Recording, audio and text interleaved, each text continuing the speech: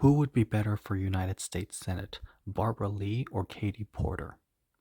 Well, both Barbara Lee and Katie Porter are infinitely better than Dianne Feinstein.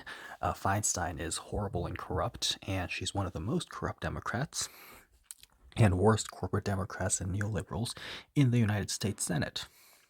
So, both Barbara Lee and Katie Porter would be a lot better than Dianne Feinstein. However, should it be Lee or should it be Porter?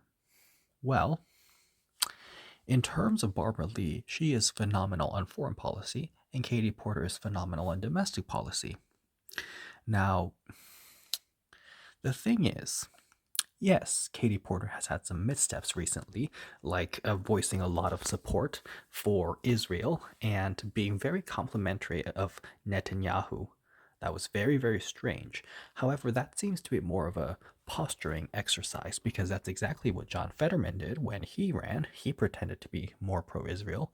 So even though it's pretty gross what they did, perhaps it was just posturing, hopefully. Now, Barbara Lee has also done some bad things before. Barbara Lee endorsed Kamala Harris when Kamala Harris ran for president. Barbara Lee did not endorse Bernie Sanders. She endorsed Kamala Harris, which was just quite terrible. And of course, Katie Porter endorsed Elizabeth Warren. So, Barbara Lee has also done some bad things as well, and so has Katie Porter.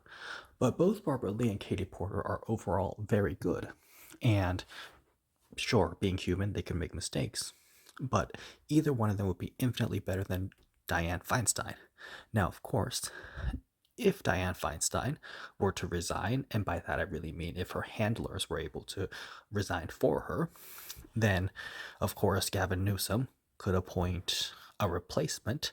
And even though Gavin Newsom said that he would pick a black woman to replace Dianne Feinstein if she were to resign, Gavin Newsom is very untrustworthy and he is also just horrible corporate Democrat, so I wouldn't expect him to keep his word anyway. But knowing Gavin Newsom, he would probably just pick someone who has the same policies as a lucid Dianne Feinstein, and so that would just not be good. Now, the thing is, I don't really know the rules of California too well, but would there also be a special election soon after, like before the actual election next year? I'm not really sure how that would work, but whatever the case is there. Now, with the districts that Katie Porter and Barbara Lee represent, Barbara Lee's district is very strong, a Democratic district, whereas Katie Porter's district is a very mixed district. It's a very purple district, if you will. So it is a swing district. So of course, if you run for Senate, then you can't also run for House. You cannot do that. So both Barbara Lee and Katie Porter would be out of the House of Representatives no matter what happens. So would there be someone as good as Katie Porter who comes along in her district to replace her in the House of Representatives? I mean, I suppose that would be very hard to do. So Katie Porter's district could be lost in the next cycle.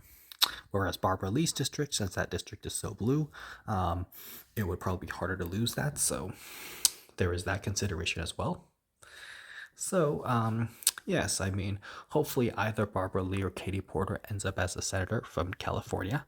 And yes, I hope one of them wins.